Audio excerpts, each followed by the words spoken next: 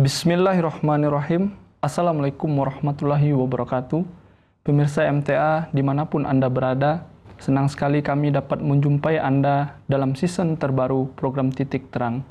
Ini adalah program yang akan membahas, mengupas, serta menelaah salah satu karya monumental dari Hazrat Khalifatul Masih Rabi', Hazrat Mirza Tahir Ahmad rahmatullah alaih, yakni buku Christianity, A Journey from Facts to the Fictions. Di dalam bukunya, Huzur rahmatullah alaih menilik doktrin ajaran Kristen yang telah melalui proses sejarah panjang selama lebih dari 2000 tahun dari sudut pandang logika dan ilmiah. Perlu kami sampaikan bahwa program ini tidak bermaksud untuk merendahkan orang-orang Kristen ataupun pribadi Yesus Kristus. Sebagai Muslim merupakan suatu unsur mendasar dalam keimanan kami untuk mengimani kebenaran Yesus Kristus, menerima beliau sebagai seorang Rasul Allah yang istimewa dan terhormat. Namun, ketika kebenaran menuntut titik terang dalam menemukan kejujuran terhadap logika, pikiran sehat, dan pemahaman manusia, maka kita tidak dapat mengelak untuk tidak meninjau kembali pandangannya terhadap ajaran Kristen. Program ini tidak bermaksud menimbulkan suatu jurang pemisah antara orang-orang Kristen dengan Kristus. Sebaliknya, program ini diharapkan menjadi titik terang bagi semua orang untuk lebih dekat kepada kenyataan diri Yesus Kristus dan menjauh dari mitos atau dongeng khayalan yang telah diciptakan di seputar beliau.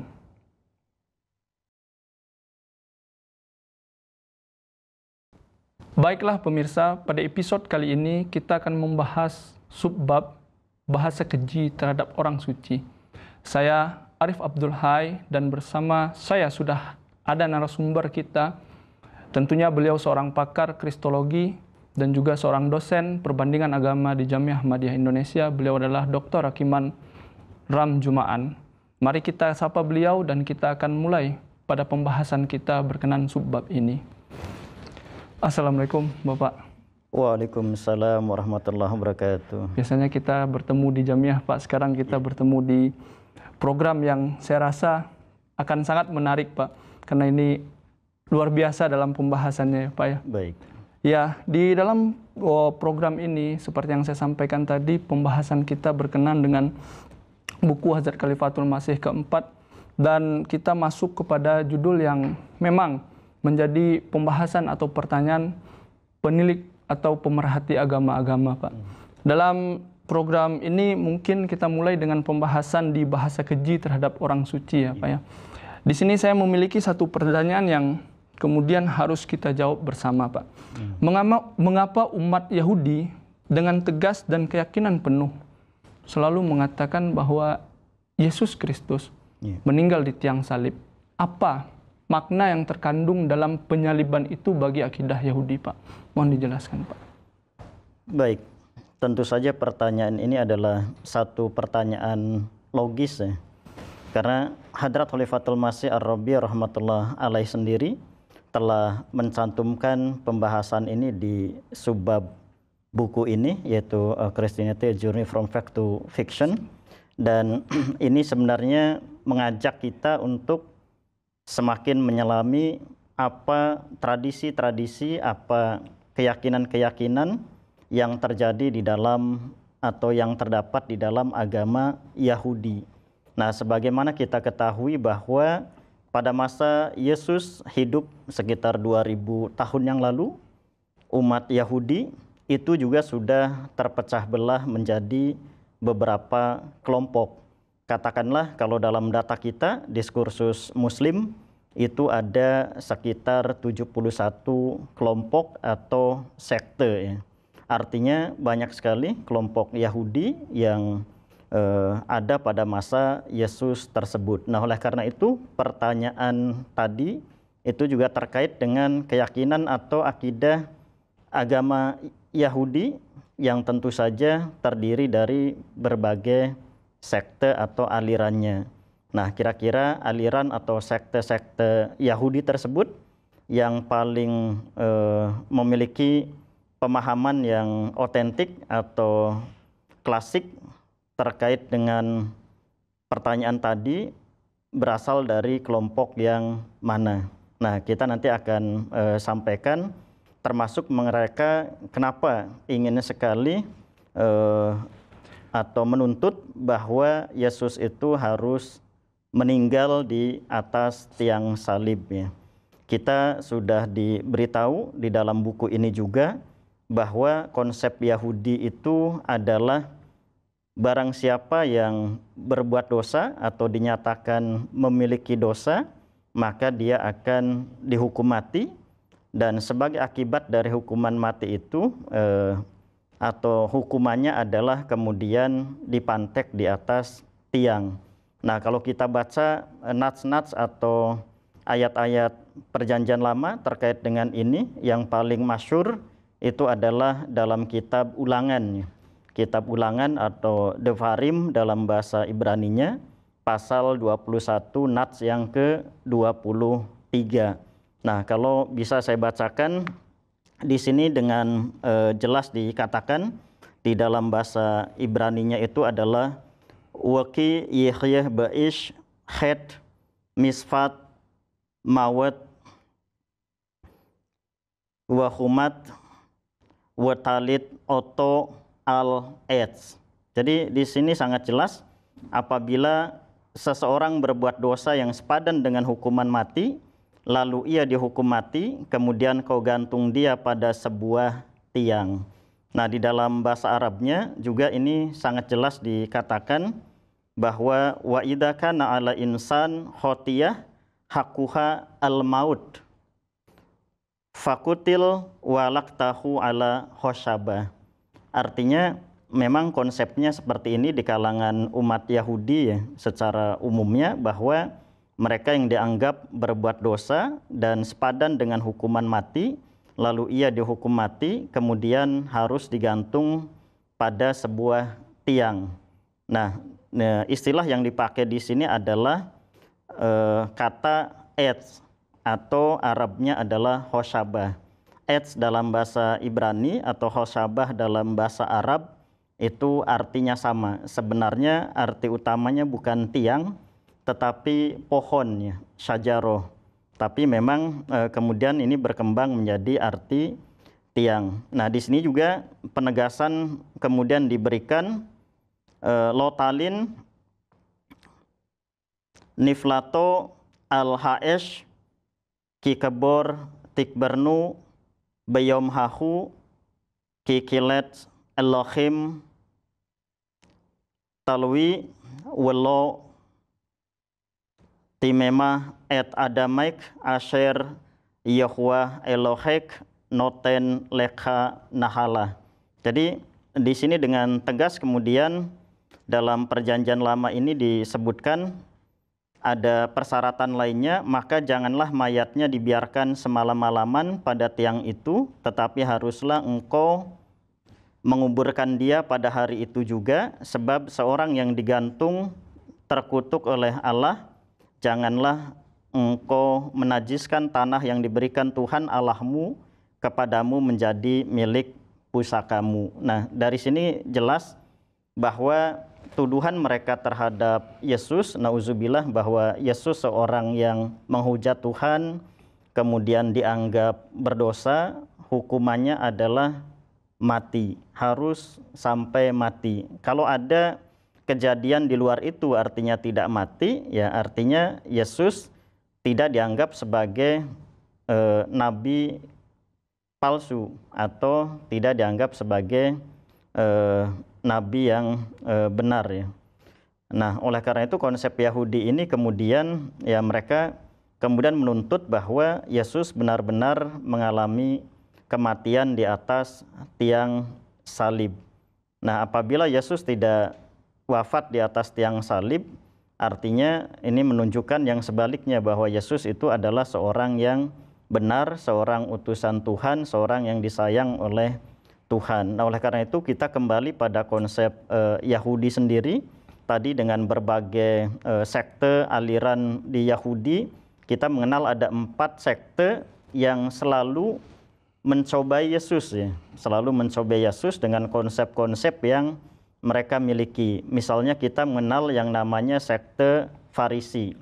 Sekte Farisi itu adalah satu sekte yang mereka terdiri dari tua-tua Yahudi, dan mereka selain mengamalkan kelima kitab Musa, juga melaksanakan tradisi-tradisi leluhur atau nenek moyang mereka. Kalau di Indonesia itu disamakan dengan Nahdlatul Ulama, sehingga kemudian mereka mencoba Yesus dengan pertanyaan-pertanyaan teologis dan juga sosial kemasyarakatan yang khas terkait dengan fikih dan juga adat istiadat. Nah, ini adalah sekte Farisi, identik dengan Nahdlatul Ulama misalkan. Nah, kemudian ada satu sekte lagi yang disebut sebagai Saduki. Mereka adalah para imam-imam Yahudi yang hanya berpegang pada kelima kitab Musa dan kitab-kitab yang lainnya, dan mereka tidak mengakui adat istiadat, sehingga pertanyaan atau ketika mereka melontarkan pertanyaan kepada Yesus, konteksnya juga berbeda. Nah, kemudian sekte yang lain adalah sekte Esen. Nah, sekte Esen, nah tadi kalau Saduki di Indonesianya itu identik dengan Muhammadiyah. Pertanyaannya dan konsepnya seperti itu. Nah, kemudian Eseni kita kenal itu adalah satu sekte yang bukan Farisi dan juga bukan Saduki, tetapi merupakan kelompok tersendiri yang mereka mempercayai dan lebih pada spiritual, pada pemahaman sufistik, dan juga mereka meyakini kedatangan Mesias bukan dalam wujud semula, tapi dalam wujud baru, sosok yang baru yang benar-benar sudah mereka imani pada masa itu, yaitu Yesus sendiri. Nah, ini adalah Eseni, identik dengan kalau di Indonesia itu Ahmadiyah. Nah, semacam itu. Kemudian sekte yang keempat, ini juga ada yang kita sebut sebagai Herodian. Herodian itu adalah sekte Yahudi yang mereka mempercayai harusnya penerus dari atau yang menguasai pemerintahan di masa itu adalah keturunan Raja Herodes, bukan oleh misalnya Pontius Pilatus atau yang lainnya. Nah, sehingga kelompok ini juga memerankan satu peran yang sangat penting di kawasan Yudea atau Palestina pada masa itu ya. Nah, satu lagi sebenarnya kelompok yang disebut sebagai Zeloti. Walaupun kadang ini disamakan. Zeloti itu adalah satu kelompok Yahudi yang mereka menggunakan kekuatan senjata, menggunakan kekerasan, radikal. Yahudi radikal pada masa Yesus, dan salah satu anggota dari sekte Zeloti itu adalah Yudas Iskariot. Iya, oleh karena itu kita maklum kenapa Yudas Iskariot selalu mencobai Yesus dengan perkataan-perkataan atau tindakan-tindakan seolah-olah ingin memberontak terhadap pemerintah Romawi pada masa itu. Misalnya minta supaya disediakan pedang. Nah, itu tujuannya adalah untuk melakukan pemberontakan atau perjuangan secara fisik terhadap pemerintah Romawi. Nah, Zeloti ya bisa kita pastikan di Indonesia identik dengan kelompok mana misalkan. Nah, seperti itu. Dan kita juga harus paham bahwa dalam konsep Yahudi, mereka juga pada masa itu mencobai Yesus dengan berbagai cara ya. Ada yang dengan cara yang halus, tadi misalkan Farisi, itu pertanyaan-pertanyaannya juga sangat halus, tidak terkait dengan politik atau subversif. Jadi hanya berkisar pada adat istiadat Yahudi, pada kitab-kitab Yahudi pada masa itu. Nah, kemudian Saduki juga sama, masih pertanyaannya itu terbilang halus ya, tidak menjebak Yesus secara frontal untuk melakukan subversif. Tapi kelompok Herodian dan Zeloti itu biasanya melontarkan pertanyaan pada Yesus itu isinya adalah jebakan. Nah, ini yang pertama harus kita fahami, bahwa kadang-kadang mereka menggunakan cara-cara yang lembut, misalnya dari segi keagamaan, tapi tidak terlalu frontal. Farisi, Saduki, kalau Eseni jelas, Eseni adalah di mana Yesus berada, sekte dari Yesus sendiri. Nah itu. Nah selain pertanyaan bercorak keagamaan, kelompok-kelompok Yahudi ini juga melontarkan pertanyaan-pertanyaan atau tuduhan-tuduhan yang agak keras ya, mengaitkan dengan misalkan hubungan antara agama dengan pemerintah. Bagaimana Yesus dijebak dengan satu pertanyaan supaya posisi Yesus ini jelas. Apakah pro pemerintah pada masa itu atau anti pemerintah saat itu? Apakah pro hukum positif negara ataukah anti hukum positif negara? Nah, kadar dari pertanyaan-pertanyaan tersebut ya memang berbeda-beda, walaupun terlihat lembut tapi itu ada dampaknya. Tetapi kalau kita baca kitab-kitab Perjanjian Baru, Injil-Injil Matius, Markus, Lukas, Yohanes, itu semuanya membuktikan bahwa Yesus juga bisa menjawab tuduhan-tuduhan itu dengan mudah, baik tuduhan terkait dengan teologi, dengan akidah, maupun tuduhan-tuduhan yang terkait dengan adat istiadat ataupun fikih. Itu bisa dilalui oleh Yesus dengan mudah. Nah, kemudian setelah itu kita juga melihat bahwa kelompok-kelompok Yahudi sendiri dan juga kemudian Kristen itu memahami tadi atau khosyabah, tiang, atau kemudian Kristen menyebutnya sebagai tiang salib, itu berbeda-beda. Yahudi dengan jelas menggunakan kata Etz itu artinya kan pohon secara letterleknya, syajaroh atau tiang. Itu Yahudi, khosyabah dalam bahasa Arabnya. Tetapi kemudian dalam konteks Kristen, tiang itu disebut sebagai secara khusus dengan salib. Tapi kita juga harus ingat bahwa kekristenan juga terbagi-bagi lagi. Ada yang memiliki konsep bahwa tiang itu adalah tiang salib, ada juga yang menyatakan bahwa itu bukan tiang salib. Nah, makanya terkait dengan istilah tiang, di kekristenan pun berbeda-beda ya. Misalkan ada kruk, imisa, kruk, omisa, dan lain-lain. Ada yang bentuknya X, ada bentuknya T, ada bentuk juga yang tiang pancang saja. Nah, oleh karena itu jangan heran kalau nanti berbagai aliran dalam kekristenan selain Yahudi tadi itu menafsirkan kata X atau tiang atau kemudian diterjemahkan umumnya salib itu dengan konsep yang berbeda-beda. Yahwa misalkan saksi-saksi Yahwa atau Jehovah Witnesses itu mereka menolak bahwa itu adalah tiang salib.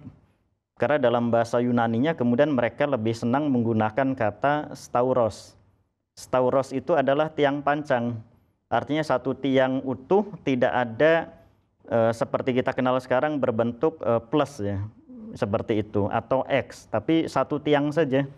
Nah, makanya di sini disebut sebagai X, tiang. Nah, itu. Tapi kekristenan yang lain itu mereka menggunakan kata salib ya. Nah, ini perbedaan-perbedaan yang terjadi baik di kalangan Yahudi dan juga kekristenan. Nah, terkait konsep kenapa Yesus memang Yahudi menuntut untuk harus mati di tiang salib. Ya. Nah, seperti itu.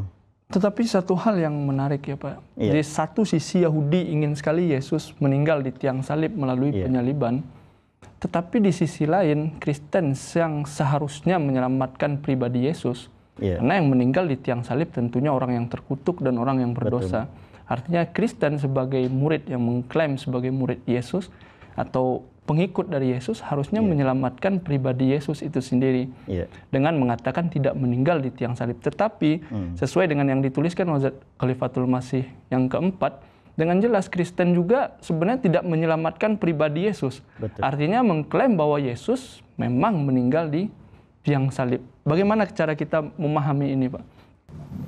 Nah, oleh karena itu kita juga harus maklum bahwa dalam konsep Yahudi, meskipun kemudian ada persamaan dengan konsep kekristenan terkait dengan kewafatan Yesus di tiang salib, tetapi target atau tujuannya berbeda-beda. pihak Yahudi menginginkan bahwa dengan kematian Yesus di atas tiang salib itu untuk menggenapi nats-nats yang terdapat di dalam perjanjian lama. Misalnya kitab Taurat tadi, Devarim pasal 21 ayat yang ke-23, dan yang sebelumnya misalkan Devarim atau kitab Ulangan pasal 18 ayat 18 sampai 20 yang menyatakan bahwa mereka yang digantung di atas tiang atau salib itu dinyatakan sebagai sosok yang terkutuk. Nah, ini adalah konsep Yahudi. Tetapi dalam perkembangan berikutnya, kemudian Kristianitas atau kelompok-kelompok Kristen juga menggunakan konsep ini, tetapi dengan tujuan yang berbeda. Kalau tadi kelompok Yahudi menyatakan apabila digantung, mati di atas tiang salib itu adalah kematian terkutuk, artinya bukan nabi sejati, bukan nabi hakiki, bahkan manusia yang baik saja tidak bisa, artinya dia adalah penjahat, orang yang memiliki banyak dosa. Tetapi dalam konsep kekristenan, justru kematian di atas salib memiliki tujuan dan arti yang sama sekali berbeda. Nah, menurut konsep kekristenan, kematian di atas salib justru ini adalah untuk menggenapi satu nubuatan lain, bahwa sosok Yesus inilah yang benar-benar menggenapi nubuatan-nubuatan dalam perjanjian lama. Artinya nanti kaitannya dengan proses atau step kebangkitan Yesus. Sosok yang telah mati, kemudian bangkit kembali, dan nanti akan naik ke langit. Nah, ini adalah satu keyakinan yang kemudian dikembangkan oleh kekristenan yang sama sekali berbeda dengan keyakinan Yahudi. Nah, artinya di sini terjadi atau terdapat perbedaan konsep tadi. Yang Yahudi menyatakan kalau mati di atas tiang salib, ya harus dinyatakan sebagai terkutuk, ya, nabi palsu. Tetapi dalam konsep kekristenan justru sebaliknya. Dengan mati di atas tiang salib, kemudian terjadi proses kebangkitan setelah beberapa hari itu, dan juga terjadi kenaikan ke langit. Ini menunjukkan bahwa sosok yang disalib menurut kekristenan atau ya menurut nats-nats itu dianggap sebagai sosok yang savior atau redeemer, juru selamat sejati. Nah, konsep ini memang tidak akan bisa dipertemukan kecuali ada konsep lain yang akan memberikan penjelasan, dan itu nanti akan kita peroleh dari penjelasan yang telah diberikan oleh pendiri Jemaat Ahmadiyah sendiri, yaitu Hadrat Mirza Ghulam Ahmad alaihissalam. Benar Pak, ini menjadi pembahasan yang akan sangat menarik nantinya, tapi dikarenakan waktu kita sangat terbatas, mungkin kita akan membahas ini di episode berikutnya Pak, karena ini akan menjadi sebuah perdebatan yang tidak ada habisnya. Dan apa pandangan kita sebagai Ahmadiyah dan pandangan pendiri Ahmadiyah Hazrat Mirza Ghulam Ahmad SAW harus kita kemukakan dalam menjawab pertanyaan-pertanyaan ini Pak. Terima kasih atas pembahasan yang sangat luar biasa di episode kali ini Pak. Kita masih akan terus membahas berkenan dengan hal ini, tapi mungkin di episode yang lainnya Pak. Sekali lagi saya ucapkan jazakumullah sanal jazaa, semoga ini bisa menambah wawasan kita semua Pak. Baik. Pemirsa MTA dimanapun Anda berada, alhamdulillah demikianlah pembahasan kita pada episode kali ini terkait subbab bahasa keji terhadap orang suci. Semoga bisa menjadi titik terang dan khazanah ilmu serta iman bagi kita semua. Amin. Insya Allah kita akan bertemu lagi di program Titik Terang episode berikutnya. Kami pun ingin mengajak Anda untuk senantiasa menyaksikan program-program menarik MTA lainnya, terutama khutbah huzur Hazrat Khalifatul Masih Al-Khamis hanya di MTA Indonesia. Jazakumullah atas perhatiannya dan kebersamaan Anda. Saya Arif Abdul Hai bersama kerabat kru yang bertugas. Mohon pamit undur diri. Wassalamualaikum warahmatullahi wabarakatuh.